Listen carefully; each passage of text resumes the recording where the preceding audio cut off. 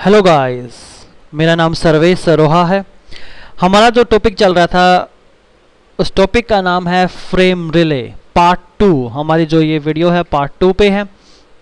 तो एक चीज़ आप थोड़ा सा ध्यान रखना कि जब भी आप कोई भी वीडियो आप देखते हो यूट्यूब पे, तो उस पे पार्ट 1, पार्ट 2, पार्ट 3 यदि कोई वीडियो का टॉपिक बहुत बड़ा है तो मैंने उसको अलग अलग पार्ट के अंदर डिवाइड कर दिया। तो आप पार्ट 1, पार्ट 2 इस चीज़ का ध्यान के पहले पार्ट 1 कंप्लीट करना, फिर पार्ट 2, फिर पार्ट 3। इससे आपको उस टॉपिक को समझने में इजी रहेगा। चलिए हम अपने टॉपिक पे कंटिन्यू करते हैं। हम यहाँ पे थे कि जो आपका DT और DTC के बीच में जो लिंक होता है उसको हम बोलते हैं एक्सेस लिंक, और जो इसकी स्पीड होती है उसको हम बोलते हैं एक्सेस रेट। अब DT इस राउटर और इस राउटर के बीच में जो हमारा वर्चुअल सर्किट है उस पे ISP ने बोला कि जो आपका CIR है वो आपका 256 kbps का है, लेकिन आपका एक्सेस रेट ज़्यादा हो सकता है। आपका जो सीरियल इंटरफेस है उसका जो स्पीड है वो 1544 kbps है, यानी कि आपका 1.5 Mbps की लाइन है।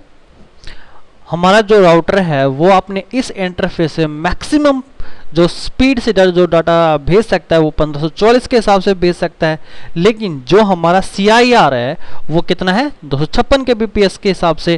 तो आपका जब राउटर 1544 के हिसाब से डाटा सेंड करेगा तो फिर रुक जाएगा, फिर दोबारा सेंड करेगा, फिर रुक जाएगा, क्योंकि आपका जो CIR है वो कितना है 256 kbps का।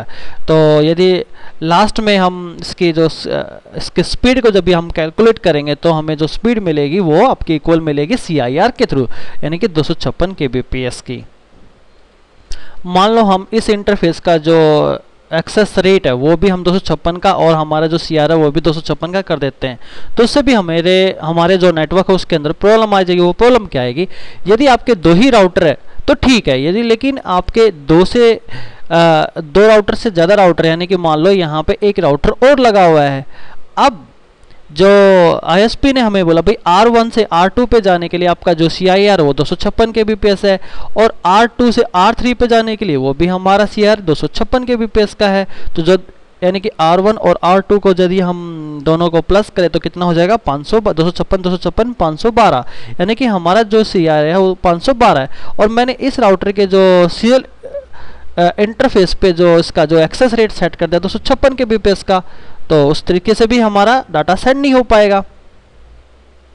तो यहाँ पे हमारा जो CIR है उसका जो टोटल है वो हमारा 512, और जो हमारा एक्सेस रेट है वो कितना है 256, यानी कि हमारे इंटरफेस से हमारा CIR का ज़्यादा हो जाएगा।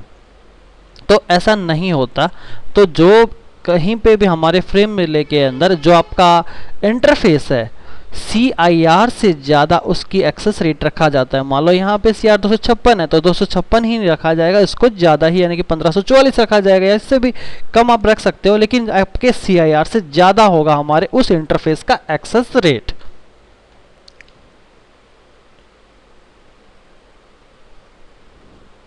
तो अभी यहाँ पे हम जान लेते हैं frame relay terms and concept के बारे में। तो यहाँ पे VC है हमारा वर्चुअल सर्किट। वर्चुअल सर्किट का आपका जो आपके DT डिवाइस आपके राउटर के बीच में जो हमारा फ्रेम एक राउटर से दूसरे राउटर पे जो डाटा सेंड करने के लिए हमारा फ्रेम जिस पाथ को यूज़ करता है वो कहलाएगा हमारा वर्चुअल सर्किट। इसके बाद है हमारा PVC। हमारे यहाँ पे 2 तरीके का हमारा वर्चुअल सर्किट हो सकता है। जैसे हमारा यहाँ पे एक है permanent virtual circuit PVC, second है हमारा स्विच्ड वर्चुअल सर्किट यानी कि SVC। आपका परमानेंट वर्चुअल सर्किट जैसे आपका यहाँ पे जैसे आपकी लीज लाइन है, जैसे हमेशा डाटा सेंड करने के लिए आपको कोई अलग से कुछ उसको नेटवर्क को बनाना नहीं पड़ता, सेम टाइम पे आपका डाटा किसी भी टाइम पे आप अपने डाटा को सेंड कर सकता है, हमेशा वो लिंक आपका ऑन रहेगा।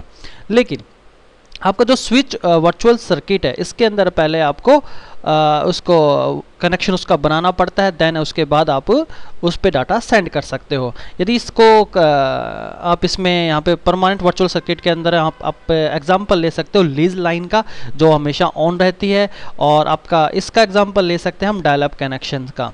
डायल अप कनेक्शन में भी जैसे आपको इंटरनेट यूज़ करना है तो डायरेक्टली आप इंटरनेट यूज़ नहीं कर सकते, पहले आपको उसका कनेक्शन बनाना पड़ेगा, स्टेबलिश होगा, उसके बाद ही आप उसके ऊपर डाटा सेंड और रिसीव कर सकते हो। इसके बाद हमारा डाटा टर्मिनल इक्विपमेंट, जितने भी आपके फ्रेम रिले के स्विच जो डायरेक्टली आपके जुड़े होते हैं राउटर से, तो राउटर यहाँ पे कहलाता है DTE, DTE are connected to a frame relay switch. तो आपके जो ISP के जो फ्रेम रिले स्विच है, जो डिवाइस उनसे जुड़ती है, यानी कि राउटर जुड़ेगा तो राउटर को हम यहाँ पे क्या कहलाएंगे, DTE, और जो आपके फ्रेम रिले स्विच है वो क्या कहलाएंगे, DCE, यानी कि डाटा कम्युनिकेशन इक्विपमेंट। इसके बाद है हमारा एक्सेस लिंक, यानी कि lease line between the DTE और DTC, यानी कि आपके राउटर और आपके फ्रेम रिले स्विच के बीच में जो लिंक है उसको हम क्या बोलते हैं, एक्सेस लिंक। एक्सेस रेट, आपका जो स्पीड है, आपके राउटर से आपके फ्रेम रिले स्विच के बीच में, उसे हम बोलेंगे यहाँ पे AR, यानी कि एक्सेस रेट। इसके बाद है हमारा CIR, जो ISP होती है वो हमें CIR देती है कि आपकी जो स्पीड होगी, मैक्सिमम आपकी स्पीड से आप डाटा सेंड कर सकते हो, वो हमारा 256 या 512 आपके 1.5 Mbps की जो भी आपकी स्पीड होगी वो हमारी CIR से हम काउंट करते हैं, यानी कि कमिटमेंट इंफॉर्मेशन रेट। इसके बाद है हमारा डाटा लिंक कनेक्शन आइडेंटिफायर, यानी कि DLSI नंबर।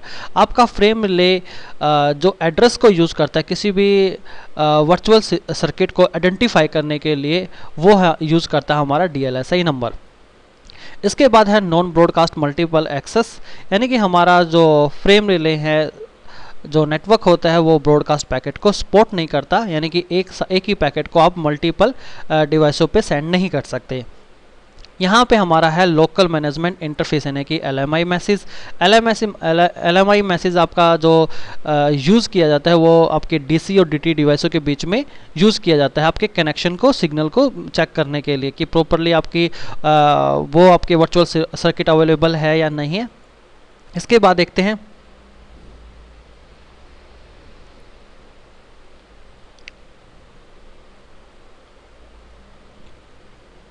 ये आपका यहाँ पे LMI एंड एनकैप्सुलेशन टाइप्स है। आपका जो LMI मैसेज है वो यही चेक करता है आपका PVC एक्टिव है या अनएक्टिव है, ये हमें बता देता है आपका LMI मैसेज। और यदि आप फ्रेम रिले LMI टाइप आप यदि चेंज करना चाहते हो तो ये आपकी कमांड है और वहाँ पे आप दे सकते हो। यहाँ पे हमारे frame relay LMI type 3 type के होते हैं, सिस्को, NC और ITU। यहाँ पे हमारा सिस्को आपका प्रोप्राइटरी है, आपके सिस्को राउटर पे ही है। आप NC यूज़ करना चाहते हो NC। नेक्स्ट है हमारा लास्ट है हमारा LMI टाइप Q933A। तो इन तीनों में से आप कोई भी यूज़ कर सकते हो।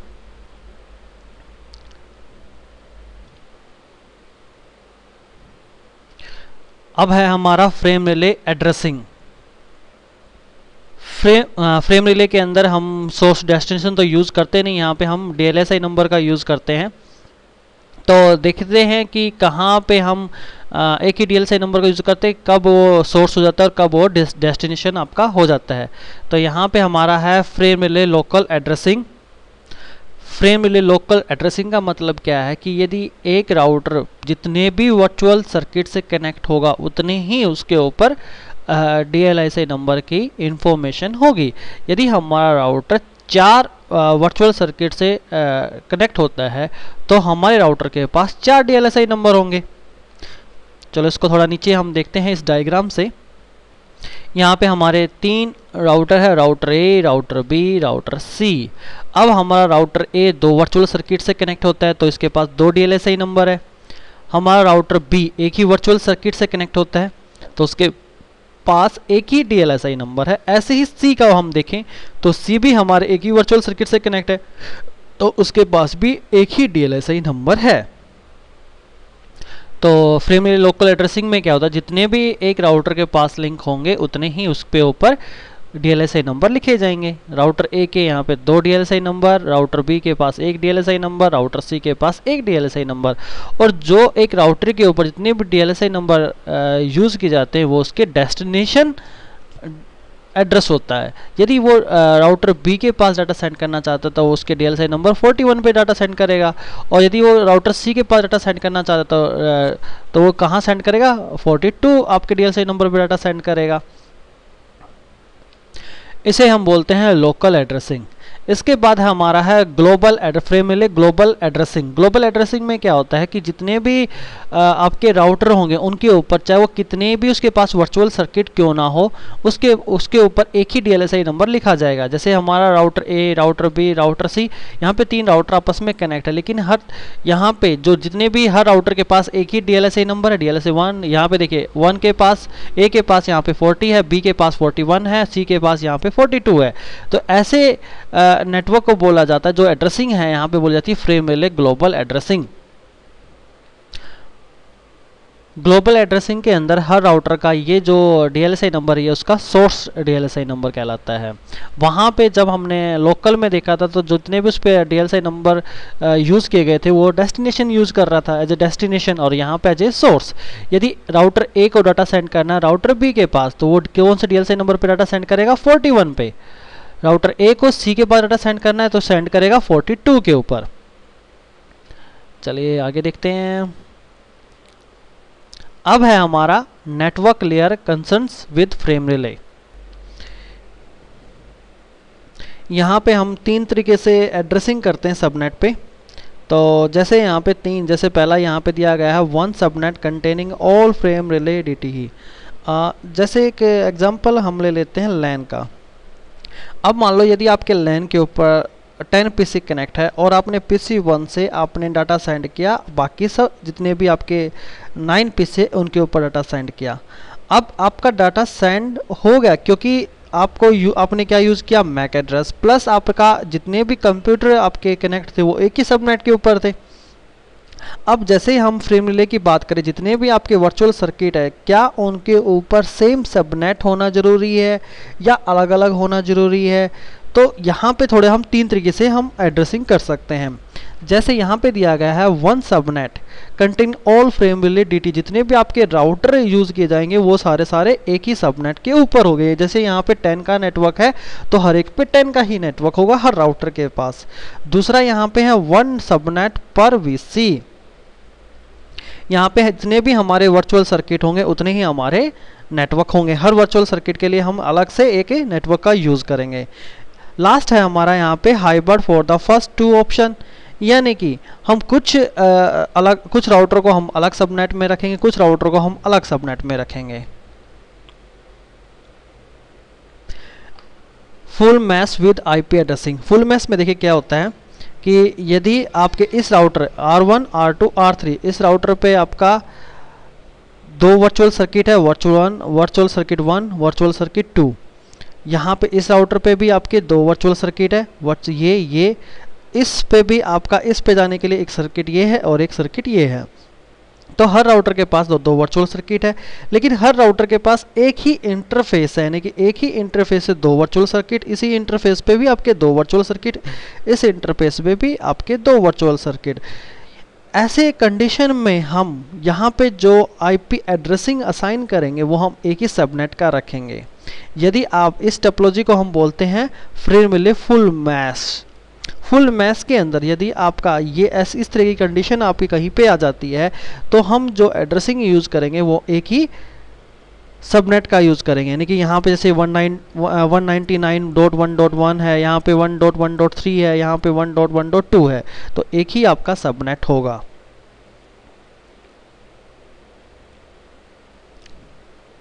इसके बाद हमारा partial mesh with IP addressing. इसके अंदर मान लो जैसे आपका ये हेड ऑफिस है और आपकी 3 ब्रांचें हैं। अब हर ब्रांच आपके हेड ऑफिस पे आपकी जो वर्चुअल सर्किट, आपका हेड ऑफिस इस ब्रांच से आपके एक वर्चुअल सर्किट से कनेक्ट है, इस ब्रांच पे आपका अलग से आपका वर्चुअल सर्किट है, इस ब्रांच पे आपका अलग वर्चुअल सर्किट है। यानी कि जितने भी ब्रांचें हैं वो सारे डायरेक्टली कनेक्ट है आपके हेड ऑफिस से। यानी कि यदि आपके 10 ब्रांचें हैं तो 10 के 10 हमें वर्चुअल सर्किट होंगे आपके इस पे। यानी कि यदि इस ब्रांच को इस ब्रांच पे डाटा सेंड करना, तो डायरेक्टली यहाँ पे कोई भी लिंक नहीं है, वो डायरेक्टली यहाँ पे डाटा सेंड नहीं कर सकता। तो यदि इसको इसके पास डाटा सेंड करना तो किसके थ्रू जाएगा, आपके हेड ऑफिस पे जाएगा, और हेड ऑफिस से डाटा फॉरवर्ड होगा आपके इस ब्रांच के ऊपर। ये आपकी फुल मैच तो है नहीं कि हर राउटर के पे जाने के लिए उसके डायरेक्टली उसके पास एक वर्चुअल सर्किट है, क्योंकि इस ब्रांचों के पास डायरेक्टली कोई भी अपना वर्चुअल सर्किट नहीं है। तो इस कंडीशन में हम जो यूज़ करते हैं वो हम यूज़ करेंगे हर वर्चुअल सर्किट के लिए अलग ही हम एक नेटवर्क डिफाइन कर लेंगे। जैसे आपका यहाँ पे एटलांटा से जो आपकी ये वाली जो ब्रांच जुड़ी है, इसके ऊपर हमने जो यूज़ किया वो क्या 140.1.1.0 वाला नेटवर्क स्टार्ट किया, और यहाँ पे देखिए 140.1.2 वाला नेटवर्क हमने स्टार्ट किया इस ब्रांच से जोड़ने के लिए। यानी कि हर वर्चुअल सर्किट के लिए हम अलग से हर एक का अलग अलग अपना नेटवर्क हम यूज़ करेंगे। तो इसको हम बोलते हैं frame relay partial match topology.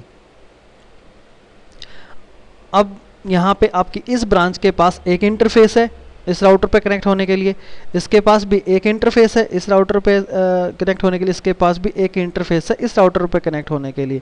तो इस इंटरफेस पे भी आप आईपी असाइन कर सकते हो, इस इंटरफेस पे भी आप सिंगल आईपी असाइन कर सकते हो, इस इंटरफेस भी पर भी आप एक सिंगल आईपी असाइन कर सकते हो। लेकिन जो आपका हेड ऑफिस पे जो राउटर रखा गया है उसके पास भी एक ही सीरियल इंटरफेस है, तो उसके ऊपर जो आईपी असाइन करने वो कितने करने हैं, एक इसका 1 2 3।